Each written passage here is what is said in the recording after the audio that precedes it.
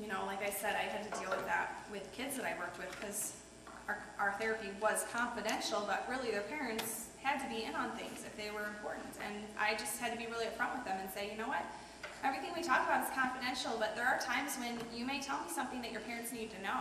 And in those situations, you know, I'll help you tell your parents or we'll figure that out, but I can't promise you that I'm not going to tell them something if it's really important or serious. So best to be completely honest about that. I know one other thing, real quick, is Nick had said a little bit about how do we deal with shock when someone tells us something that we just are like totally like not ready for. And first of all, I would just say prepare yourself. If you're in a relationship with a youth and they're feeling like they can trust you, get ready because you just never know what might be coming. But I would say is when someone tells you something, focus on how are you going to help them, how are they feeling, and not so much what they just told you. Because if you start thinking about, oh my gosh, I can't believe they just told me this, I can't believe this is even possible, or, and be careful too not to ask too many questions. I think sometimes our curiosity gets the best of us, and there's things that we maybe ask that we don't really even need to know in order to really help that person. And so that can sometimes fuel our shock even more. And so I would just say to just be aware of some issues like that when you're dealing with people. And your reaction to things is kind of a practice thing too. You probably, those of you who have dealt with more serious or kind of shocking situations more often probably feel like your reaction now is a lot better than it was the first time. What? Yeah. So just know that your reaction the first couple times might not be exactly what you wish it would be, but know that it probably will get better. So I still, you know, hopefully after, you know, 4 years of dealing with a lot of different people, I was getting pretty good at it. But there's still times when you just think, what does my face look like right now? I can't even imagine. But I would just say, you know, try to go straight into how am I going to help this person and not, I can't believe they just told me that. Might kind of help you refocus yourself on something else. So. Go far later, because trust me, Lord knows I have. Yeah. Anything, that's really the end of kind of the information that I had. Anything else? Any other questions or comments, things I haven't covered? Yeah. I think it happened to me once or twice, but somebody would tell me something and I was kind of half thinking about something else, and after I hung up on the phone with this person, it kind of dawned on me that what they just told me is pretty serious, you know? And so you don't want to just kind of be like I was and just kind of like, oh, that's too bad, you know? I mean, take it for what it really is and say, you know, this could be serious. Yeah, and if you don't know for sure what to say, one good thing to always fall back on is, wow, it really means a lot to me that you trust me enough that you would tell me something like that.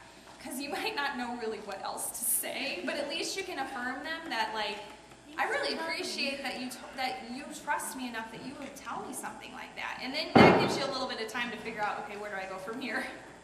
So that's something you can always fall. You can always fall back on reflecting feelings or what they said, you know? So. I know we had talked a little bit. I have two questions. Okay.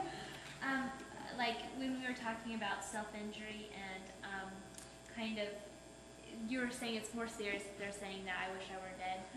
What if they are talking more than just self-injury, they're talking about suicide? I kind of, back when I was trying to figure stuff out, I kind of just said, well, every time you feel like that, just give me a call, you know, so we can talk over the phone. Yeah. Are you having more suggestions? Yeah, well, I think for one thing, you definitely want to go and tell someone about it and kind of see how they can support you. Be careful not to put yourself in a situation where they're always calling you about, you know, I mean, not to say that that's a bad thing, but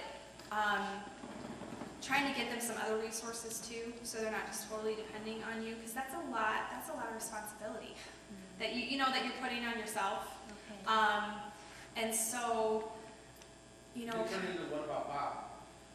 What? You ever seen the movie What About Bob? Yeah. That movie drives me crazy. Only because, as a clinician, even I would be you just want to be careful about your boundaries with people. You know, you don't want to, I mean, you're in a situation where, you know, this is more of a personal relationship rather than a professional relationship. But I don't know. It's good to be able to, you know, for them to know that they can call you for support, but prepare yourself for what that might mean. You know, what if they call you and say, you know, I just, you know, whatever, or I'm going to do this.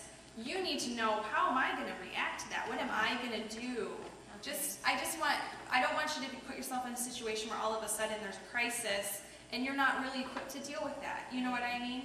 And so giving them resources, you know, there's hotlines too that people can call when they're feeling like that. I was going to write some of those numbers down, but maybe, I don't know if you guys have any resources like that. Do you know anything about like suicide hotline or things like that? 1-800-SUICIDE. Yeah, 1-800-SUICIDE? Really? That's what I was Yeah. thinking it was.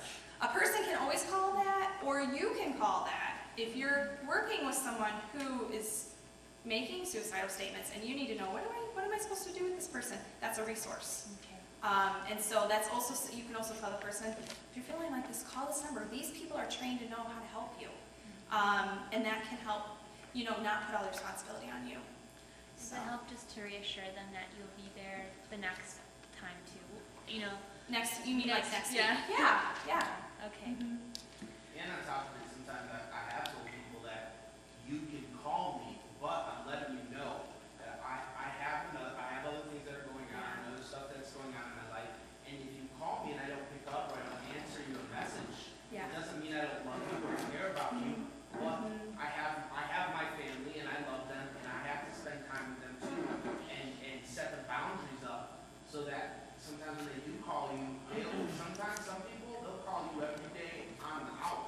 And they just set those boundaries and you might answer 1 or 10 phone calls, Yeah. you know?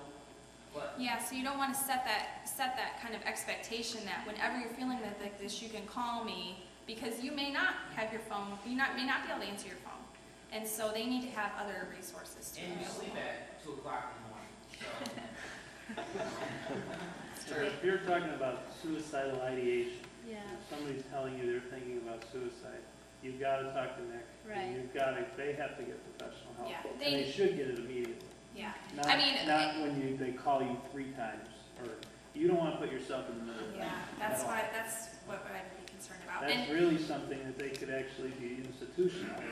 yeah, and kind of how it works is anyone who is suicidal can go to the emergency room, and someone is brought in specifically that will assess them and determine whether or not they're a risk and what needs to happen. At that point, you are off the hook. Like once that person is in the ER or wherever they need to go, you're not responsible for figuring anything out. That's what the professionals are there for, and that's not your responsibility. So that's something that it's good to know also. What are some good ideas of setting boundaries? Like especially a lot of the girls, I don't know if it's necessarily just girls, but man, it's like when they are going through those, like they've been in the abuse or they are having self-esteem, it's just kind of like, it is hard because you really want to help them, but if you don't answer the phone 3 times a day, you hate me, you don't love me, I knew you didn't care about me, you know, they're going back to their idea of relationships. And you How need do you to, do that? and you have to not blame. You know, you can only do what you can do. Right. And if that's what they're processing through, you know, you just have to explain to them reality. You know, Yeah. I am there for you and I care about you, but that doesn't mean that I can answer my phone every time you call. And you know, that's just the way that life is, and that might be hard for them to understand. But you just have to focus on what reality is. Right. Because what they're wanting is not